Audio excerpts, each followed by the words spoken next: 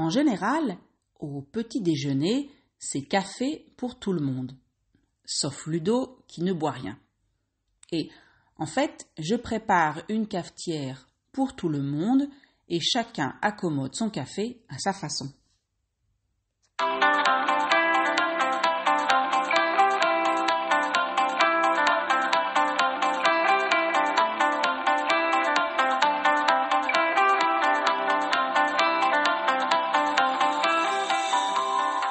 Bonjour et bienvenue à French to Go. Welcome to French to Go.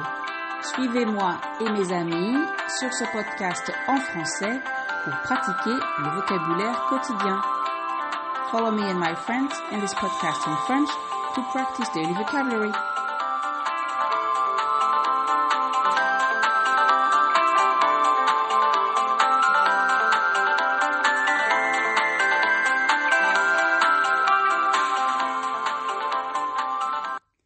Alors, le week-end dernier, on a eu du monde à la maison. Fred est venu passer 3 jours chez nous. Il est devenu super copain avec Ludo, mon fils, et ensemble, ils ont préparé une rando pour novembre.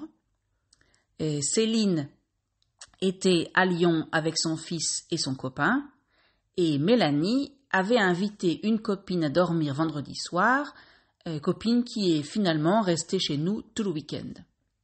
Bref, comme je l'ai dit, il y avait du monde à la maison. Alors en général, au petit déjeuner, c'est café pour tout le monde, sauf Ludo bien sûr qui ne boit rien. Et en fait, je prépare une cafetière pour tout le monde, donc avec ma cafetière filtre électrique, et chacun accommode son café à sa façon, l'adapte à ses goûts. Alors café noir sans sucre pour Franck, café noir avec un peu de lait sans lactose pour moi, du café au lait bien sucré pour Mélanie. Mais on avait des invités chez nous, Fred et Juliette, la copine de Mélanie. Juliette a annoncé d'emblée ça veut dire tout de suite, donc elle a annoncé d'emblée qu'elle ne buvait pas de café. D'ailleurs, chez elle, personne ne boit de café. On a été assez étonnés parce que en général, les Français prennent un bol de café le matin. Mais non, elle a dit que chez elle, depuis qu'elle est toute petite, toute la famille boit du thé. Bon, heureusement que je suis une bonne maîtresse de maison, j'ai de tout. Et donc, j'ai ressorti du fin fond d'un placard un sachet de thé. Je vais vous l'avouer, ils sont réservés aux jours où on est malade, enrhumé, et qu'un bon thé avec du citron et du miel est indispensable pour adoucir le mal de gorge. Alors Juliette, elle a fait une drôle de tête quand je lui ai apporté une tasse d'eau chaude et le sachet de thé. J'ai cru comprendre qu'elle était plutôt habituée à boire depuis une théière et donc à du thé en vrac. Ça veut dire du thé qu'on achète dans un magasin bio ou dans un magasin spécialisé, qu'on achète au poids et dont on peut choisir la variété. Bref, pas mes sachets industriels. Mais bon, Juliette, c'est une fille gentille et polie, donc elle n'a rien dit. Quant à Fred, qui a participé activement à la préparation du petit déjeuner, il n'a pas pu s'empêcher de me faire une petite remarque sur la marque de café que j'ai achetée. Oui, évidemment, j'achète mon café au supermarché et je prends une marque classique que Franck et moi, on aime. Fred. Quand je veux me moquer de lui, gentiment bien sûr, je l'appelle mon grand écolo. Dès que je fais ou achète quelque chose, il me reprend toujours avec de grands mots comme empreinte écologique, éthique, recyclable, éco-responsable, etc., etc. Donc là, ça n'a pas raté. Ça veut dire qu'il n'a pas manqué l'occasion de me dire que mon café n'est pas bon du tout. Pas au goût, attention, mais en raison de son impact sur l'environnement. Il a commencé à me parler des produits chimiques utilisés pour la production, de la monoculture qui rend les sols, donc la terre, plus pauvre, puis de la déforestation, c'est quand on détruit les forêts, bien entendu le coût écologique du transport du café depuis l'Amérique jusqu'à mon petit appartement à Lyon, tout ça, c'est sans compter l'emballage, donc le paquet dans lequel est vendu mon café, l'électricité utilisée pour faire fonctionner ma cafetière, et il a continué comme ça encore 3 ou 4 minutes avant de comprendre que c'était bien gentil tout ça, mais le café allait refroidir. Alors bien sûr, je sais qu'il a raison. De nos jours, on ne peut pas rester insensible aux problèmes de l'environnement. Mais je crois que je ne suis pas encore prête pour tout changer à la maison. En tout cas, on n'est pas encore prêt. On a commencé par le compost, c'est déjà pas mal, surtout que ce n'est pas si facile au quotidien. Alors, pour le café équitable, on attendra encore un peu. Je l'ai rassuré, je lui ai dit que j'y penserais et que je ferai attention la prochaine fois que j'achète du café, et j'ai ajouté que pour l'instant, j'aimerais bien m'asseoir à la table du petit déjeuner parce que le pain grillé est déjà froid et le café est le prochain sur la liste. Alors, évidemment, au moment du café, donc après le déjeuner de samedi, le sujet est revenu sur le tapis. On dit qu'un sujet revient sur le tapis quand un sujet polémique, donc qui pose problème, entre à nouveau dans la discussion. Et pourquoi ? Eh bien parce que Franck, qui adore le café et surtout les espressos, s'est acheté il y a un mois une machine à expresso. Oui, celle avec les capsules de café individuelles, celle qui fait que chaque jour on jette à la poubelle 2 ou 3 capsules en aluminium, dans la poubelle classique, celle qui ne se recycle pas, bref, du genre pas du tout écologique. Alors, j'ai laissé Franck s'en occuper. Il est toujours très fier de montrer à nos invités que son expresso est bien meilleur que le café que je proposais avant, donc avec ma cafetière filtre électrique ou ma cafetière italienne. Donc, j'ai laissé Franck proposer le café et je me suis tue. Ça veut dire que j'ai gardé le silence en attendant les commentaires de Fred. Et je n'ai pas attendu longtemps. Fred était horrifié. Ces machines à café à capsules et dosettes sont la pire des choses. C'est de l'aluminium, de l'emballage en plastique. C'est 6 tonnes de déchets par jour, rien qu'en France. Cyril, le copain de Céline, en a rajouté. Ça veut dire qu'il a donné encore d'autres arguments contre le capsule du café. Bref, Franck ne savait plus où se mettre. Lui qui est si fier de sa machine à expresso, il est resté tout penaud. Et tout penaud, ça veut dire à la fois gêné et honteux. Heureusement, Ludo a sauvé la situation. Il a montré son portable à tout le monde.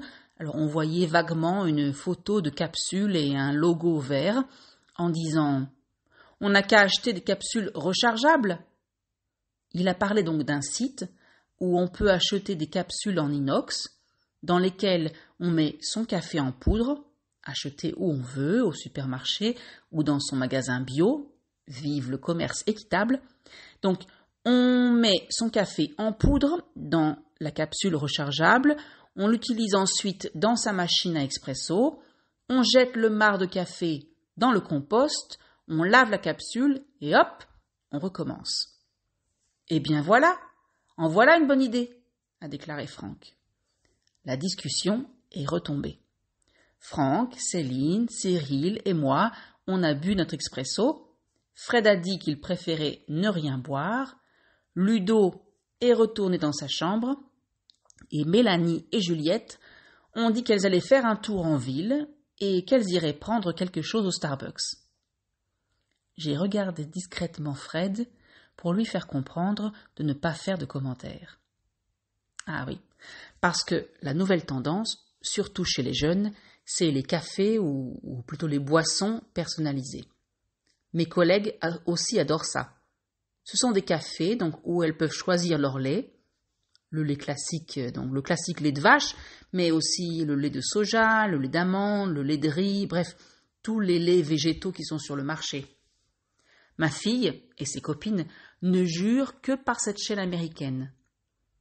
Là, elles peuvent ajouter des sirops, des toppings, de la crème chantilly, Bref, leur café est déclinable à volonté, c'est-à-dire qu'on peut, presque, faire ce qu'on veut.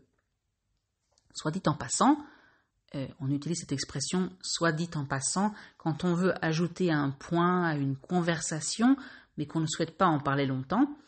Donc, soit dit en passant, j'en prends de temps en temps, surtout quand je vais faire un après-midi shopping avec Mélanie, et même si c'est un peu trop sucré à mon goût, je trouve ça pas mal. Mais bon, ce n'est plus du café. En fait, au moment où elle partait, je me suis rappelé que Juliette ne boit pas de café. Alors, je lui ai demandé pourquoi elle aimait aller au Starbucks. Et elle m'a dit « Moi, j'adore le thé Havana. » C'est quoi le thé Havana ? Ai-je demandé, avec un lointain sentiment de « je suis trop vieille pour comprendre ». Le thé Havana, c'est du thé vert matcha avec du lait. J'ai essayé de visualiser ça, mais tout ce que j'ai pu voir dans ma tête, c'est le lait froid au sirop de menthe qu'on nous servait en colonie de vacances. Berk.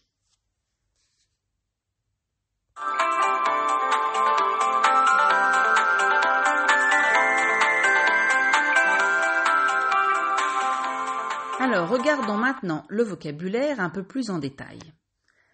Le monde. Alors, le monde, d'accord, c'est la planète, d'accord, mais en fait, on utilise ce mot pour parler des gens. On dit donc il y a du monde, il y a beaucoup de monde, pour dire qu'il y a beaucoup de personnes. On peut, comme ici, dire j'ai du monde à la maison ou on a eu du monde à la maison, pour dire qu'il y avait des invités chez nous.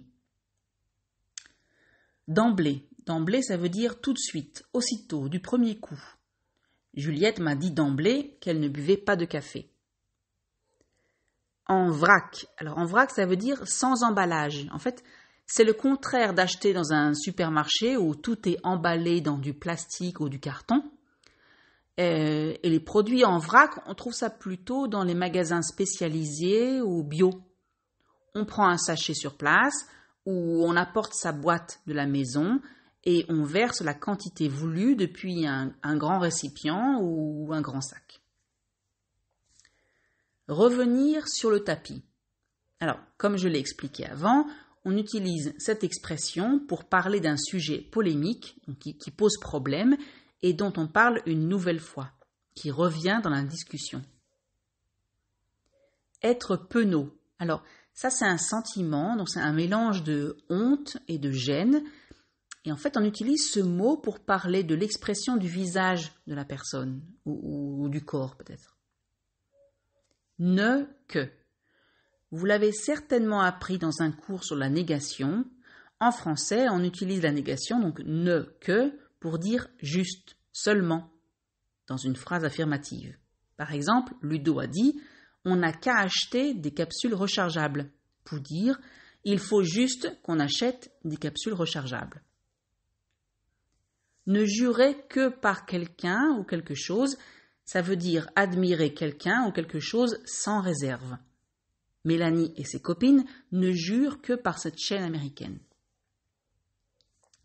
Soit dit en passant. Alors, on utilise cette expression pour ajouter quelque chose dans la conversation sans vouloir en parler plus longtemps. C'est un peu comme entre parenthèses. Voilà, c'est fini pour aujourd'hui. Et la grande question reste en suspens. Oui, tout ce que je veux savoir maintenant, c'est « Et vous ? Vous buvez du café ? Lequel ? Quel café est-ce que vous achetez pour la maison ? Quelle machine à café est-ce que vous utilisez ? Et quel café est-ce que vous buvez dehors ? Racontez-moi tout ça dans les commentaires. Ah, deux nouveautés. Vous pouvez maintenant laisser un commentaire sur le blog. Donc allez sur www.frenchcard.com et donc sur le blog, et même laisser un message vocal. Et n'oubliez pas de vous abonner pour être mis au courant du prochain épisode.